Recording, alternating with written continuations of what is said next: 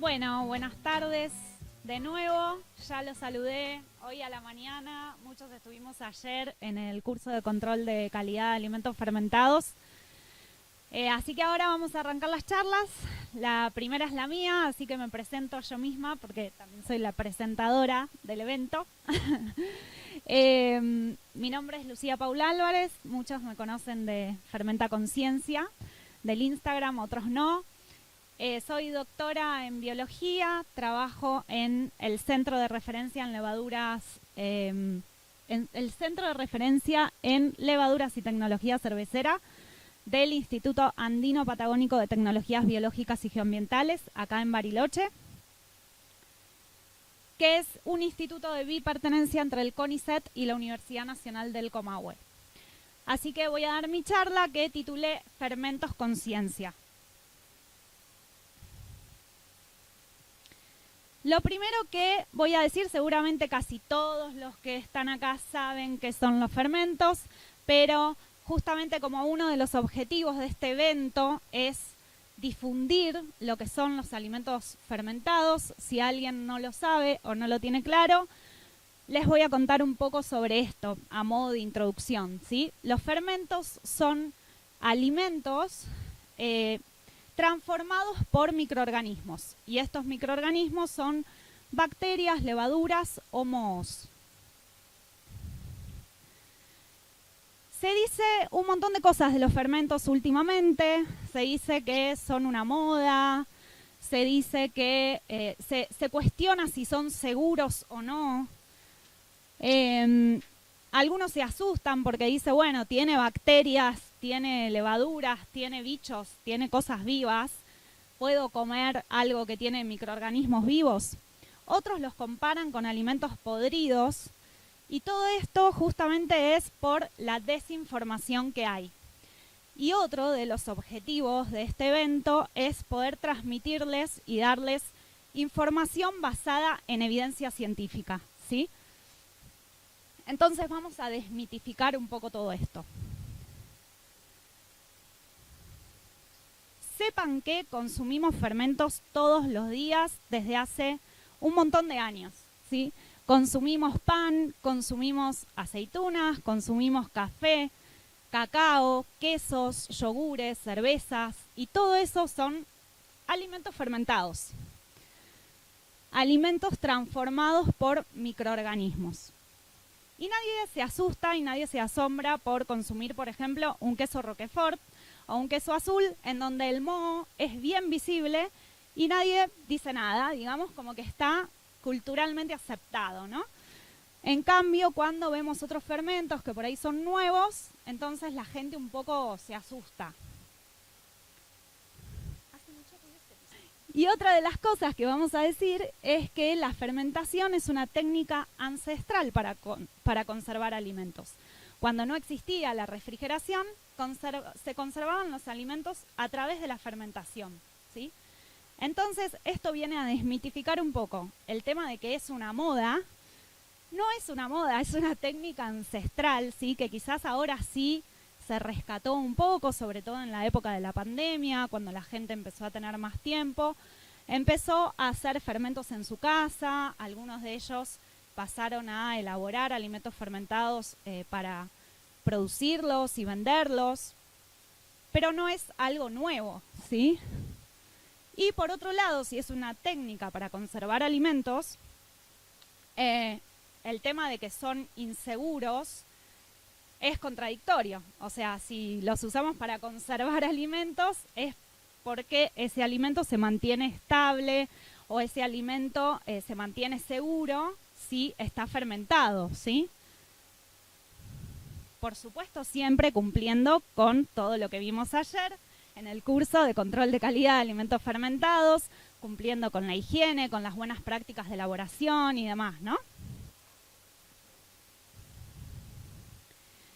Y por otro lado, los alimentos fermentados tienen un montón de beneficios para la salud y eso está comprobado científicamente. Hay evidencia científica de que los alimentos fermentados son beneficiosos para la salud. Algunos de sus beneficios son que estimulan el sistema inmune, efectos, no me anda el cosito, efectos antiobesidad, producción de ácidos grasos de cadena corta, que son beneficiosos para nuestra microbiota intestinal, disminuyen el riesgo de enfermedad cardiovascular, tienen efectos antidiabéticos, muchos de ellos, mejoran el estado de ánimo, eso por la conexión que existe en el eje cerebro-intestino, mejoran la microbiota intestinal, reducen el colesterol, mejoran la digestibilidad de los alimentos y tienen un montón de vitaminas y antioxidantes.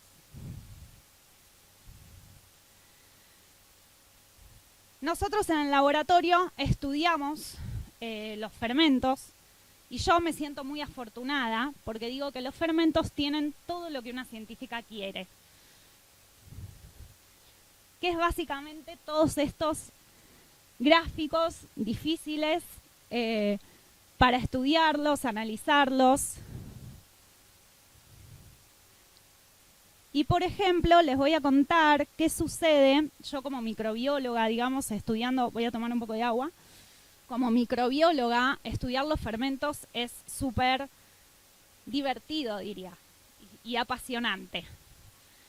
Lo que sucede en una kombucha, por ejemplo, les voy a contar esto como a modo de ejemplo de lo que sucede en la dinámica microbiana de una kombucha, ¿sí? En una kombucha tenemos sacarosa, ¿sí? Que es el azúcar, ¿sí? ¿Todos saben qué es la kombucha? ¿Sí? Acá pueden probar las kombuchas de Nutka, de Vitea, de las chicas. Una kombucha es un té azucarado fermentado por levaduras y bacterias ácido-acéticas. Las levaduras tienen una enzima que se llama invertasa que desdobla la sacarosa en una molécula de glucosa y una molécula de fructosa. Y esa glucosa y fructosa es metabolizada por las levaduras para producir etanol y dióxido de carbono y por las bacterias ácido-acéticas para producir celulosa, ácido glucónico, ¿sí? La celulosa es justamente el SCOBY, eso que crece, esa masa gelatinosa que crece sobre la kombucha. Y la levadura el alcohol, el etanol producido por las levaduras, a su vez es metabolizado por las bacterias ácido-acéticas para producir ácido acético. Entonces se genera un equilibrio de bacterias y levaduras que hace que la bebida sea más o menos alcohólica, más o menos ácida, según las temperaturas, los tiempos, la calidad del inóculo, ¿sí?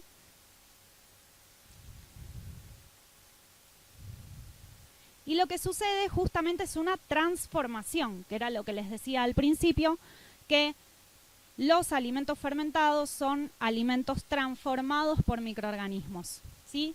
Y todo cambia. Cambia la proporción de bacterias y levaduras a lo largo del tiempo, se producen vitaminas, cambia la acidez, aumenta la acidez, disminuye la densidad, puede haber algo de alcohol, se producen compuestos aromáticos, cambia el pH.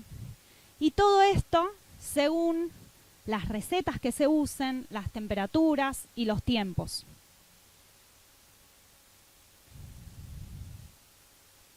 Y ahora les voy a contar qué hacemos en el laboratorio. En principio tenemos una relación estrecha con los productores. Esto nos interesa mucho desde el IPATEC, poder colaborar con los productores y que sea un ida y vuelta. Que nosotros podamos analizar sus productos, por ejemplo, y que los productores puedan recibir a cambio un beneficio, que puedan recibir los resultados de esos análisis o asesorías por parte nuestra de lo que nosotros podemos transmitirles a ellos y que ellos a su vez nos transmitan algo de lo que saben de su práctica en fábrica y demás a nosotros. Entonces, en este momento estamos analizando las kombuchas comerciales argentinas por primera vez, ¿sí? No hay estudios de cómo son las kombuchas argentinas, cuáles son sus características. Entonces, los kombucheros nos acercan sus kombuchas y nosotros analizamos diferentes cosas. Analizamos el pH, la cantidad de alcohol, la acidez, la composición microbiana, identificamos las bacterias y levaduras que están en esas kombuchas, analizamos otros compuestos como antioxidantes, cafeína y también hacemos un análisis sensorial. Tenemos un panel de cata entrenado en kombucha, nos estamos entrenando en kombucha, muchos de los que vinieron al curso ya estuvieron ayer probando alguna de estas cosas. Esto está dirigido por la doctora Clara Brusone y la doctora Julieta Burini, que son especialistas en análisis sensorial. Y esto es algo de lo que vimos en las kombuchas. Esta es la cantidad de bacterias y levaduras, la diferente variedad de bacterias y levaduras que encontramos en las kombuchas, ¿sí? Estas, por ejemplo, son levaduras, que son todas distintas, como ven, porque son diferentes especies de levaduras. Estas son bacterias diferentes también.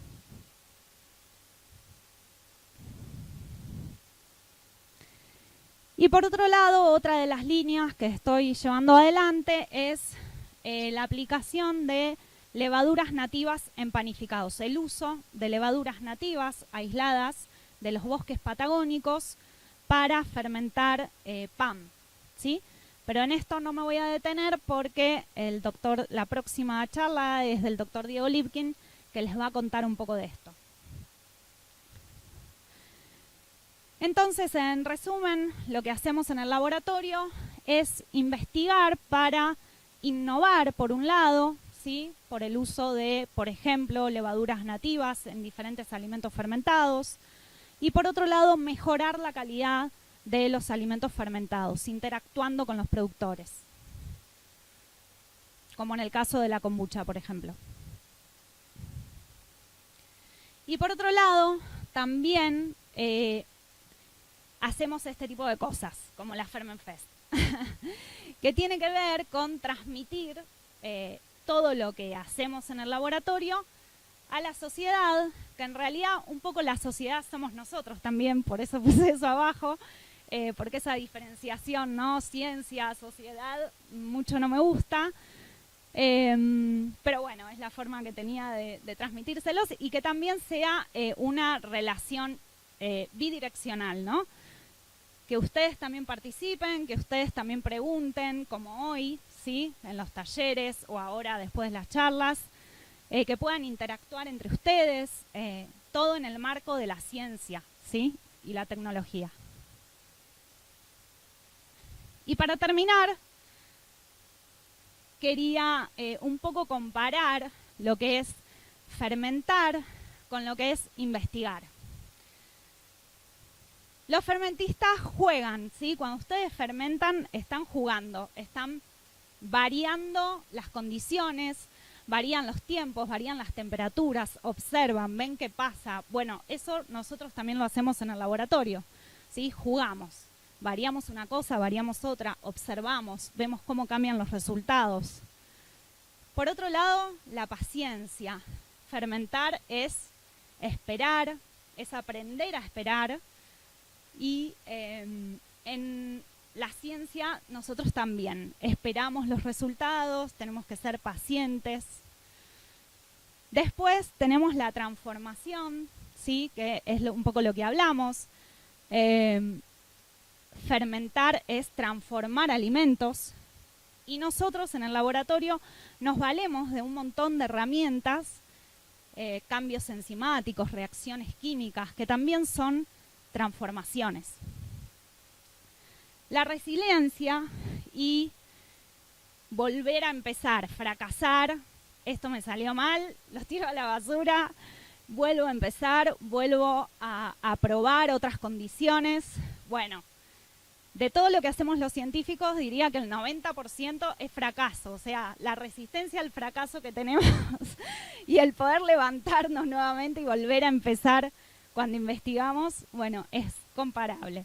Y por último, el amor y la pasión que le ponemos a lo que hacemos. Gracias.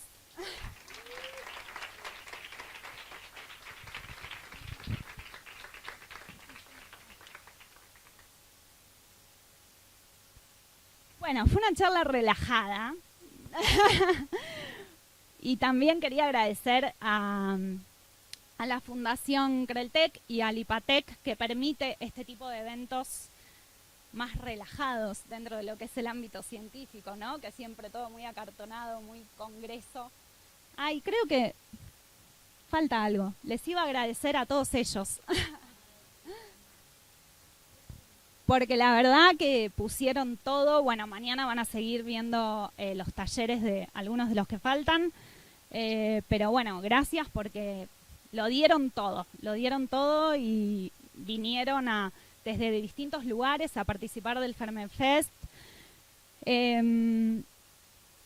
Totalmente de forma desinteresada, o sea, los llamé, ¿podés venir? Sí, estoy ahí, no importa, no preguntaron nada. Así que bueno, muchas gracias a todos y ahora sí.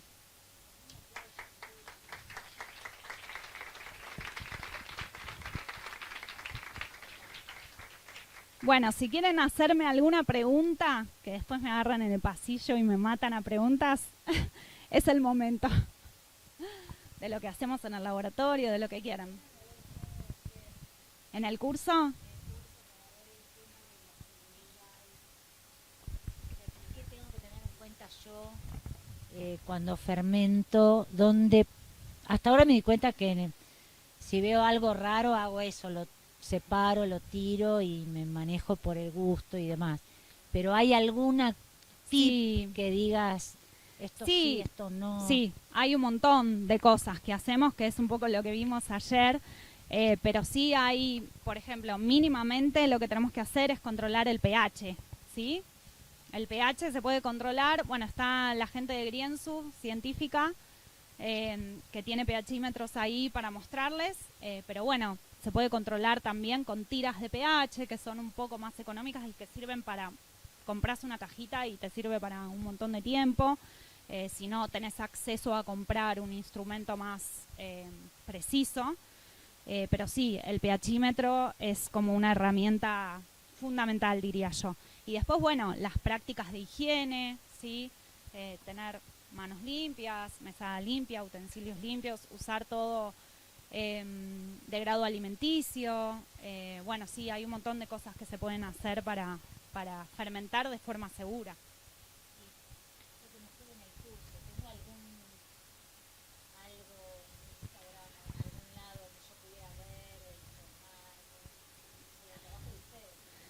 Bueno, en Fermenta Conciencia,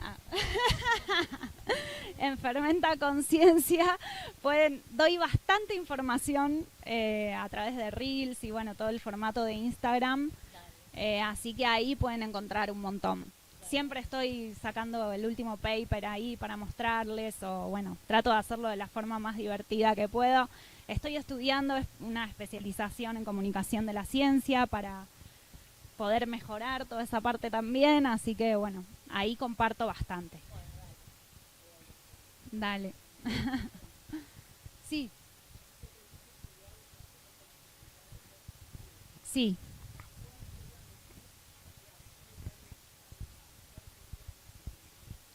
Bueno, el riesgo puede ser, ayer lo hablábamos en el curso, desde microorganismos patógenos que podemos tener, sí, sobre todo si el pH no es menor a 4,2. Siempre cuando fermentamos apuntamos a que el pH sea menor a 4,2. ¿Por qué? Porque hay una bacteria que es muy peligrosa, que es Clostridium botulinum, y tratamos de evitar esa bacteria, que en general está presente en conservas o ese tipo de alimentos. Si nosotros aseguramos un pH menor a 4,2, estamos librándonos de esa bacteria que es muy peligrosa. Y después, bueno, lo que puede suceder, además de que puede crecer algún microorganismo patógeno, es que podemos deteriorar el alimento, digamos que crezcan mohos, que no queremos que estén ahí, que crezca, que el alimento sea organolépticamente malo, no sé cómo decirlo, o sea, no aceptable. no tóxico por un lado, pero también puede ser organolépticamente no agradable, aunque no tenga ningún microorganismo patógeno. Y bueno, nadie quiere eso, ¿no? Que es esto un poco de los fermentos que salen mal. Y bueno, teniendo estas prácticas de seguridad que mencioné recién, mínimas, podemos evitar todo eso. Por ahí me parece que estaría bueno diferenciar los dos conceptos, ¿no? Inocuidad y calidad en alimentos, en función de esta discusión de recién, ¿no? Bien, sí, inocuidad, cuando hablamos de inocuidad, queremos decir seguridad para las personas, ¿sí? Que no tengamos justamente ningún patógeno que pueda afectarnos, que pueda enfermar a la persona que consume ese fermento, ¿sí? Entonces ahí estamos hablando de inocuidad, de seguridad alimentaria. Y por otro lado tenemos calidad, ¿sí? Que la calidad va, digamos, tiene que ver con, incluye la seguridad, pero también que el producto sea estable, que el producto sea aceptable por el consumidor, ¿sí? Y que tenga las características que nosotros queremos, ¿sí? En cuanto a acidez, en cuanto a sabor, en cuanto a aroma y demás. A mí me gustaría hacer una pregunta. ¿Se escucha? Ah. A través de tus prácticas científicas has analizado mucho la kombucha, ¿no? ¿Qué has encontrado con respecto a las propiedades de la kombucha para explicar, por ejemplo, las acciones desintoxicantes que tiene? Por ejemplo, una. Nosotros en este momento no estamos estudiando la parte de beneficios para la salud de la kombucha, ¿sí? Lo que estamos haciendo es un control de calidad que tiene que ver con esto, ¿no? Estas cosas que les mencioné hoy. Que tengan la acidez que deben tener según el Código Alimentario Argentino, que tengan los niveles de alcohol que deben tener según el Código Alimentario Argentino y ciertos requisitos. En cuanto a los beneficios para la salud, hay un montón, que son todos esos que mencioné hoy, y hay un montón de papers que se dedican a eso. Lo que no hay todavía en kombucha son ensayos clínicos, ¿sí? No hay ensayos clínicos hasta el momento de kombucha, digamos, sí, del consumo, de los beneficios para la salud de la kombucha, del consumo de kombucha. Los ensayos clínicos deben hacerse en humanos, ¿sí? Son muy caros. Y bueno, quizás no hay interés todavía por parte quizás de, no sé, de los organismos que deben hacer este tipo de ensayos en estudiar los beneficios de la kombucha. Todavía, esperemos que sí, en algún momento. Pero sí, todos esos beneficios que yo les mostré están estudiados en cultivos celulares, en modelos animales, ¿sí? Y en ensayos más de laboratorio. Así que hay mucha evidencia científica. ¿Alguna otra pregunta? ¿No? Yo tengo una última pregunta. Sí.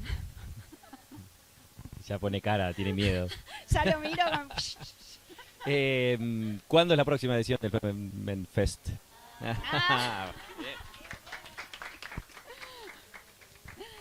La próxima edición, si sobrevivo, es en el 2024. O sea, vamos a hacerlo un año sí, un año no, un año sí, un año no, inicialmente. ¿Por qué? ¿Por qué, Diego? Ahí abrió la puerta. ¿Por qué, Diego? Dijo inicialmente. No, depende de ustedes, yo creo, más que nada. ¿Qué presión hagan? Y bueno, ¿cuál es el feedback de este evento, no? Sí, pero así nosotros ¿qué hacemos el año que viene? Ahora les cuento. Ah, listo. O sea, nosotros en el instituto tenemos un gran evento que ahora les va a contar Diego, todos los años impares, digamos, ¿sí? Entonces, bueno, es muy difícil por ahí poder llegar a hacer dos grandes eventos el mismo año. No imposible, pero bueno. Entonces, bueno, inicialmente por eso decimos, bueno, los años pares hacemos la Ferment Fest, los años impares, lo que les va a contar Diego. Deja la intriga. Bueno, Si no hay más preguntas, pueden disfrutar de las cositas deliciosas que están vendiendo por ahí. Y en un ratito tenemos la segunda charla del doctor Diego Lipkin que les voy a presentar. Gracias.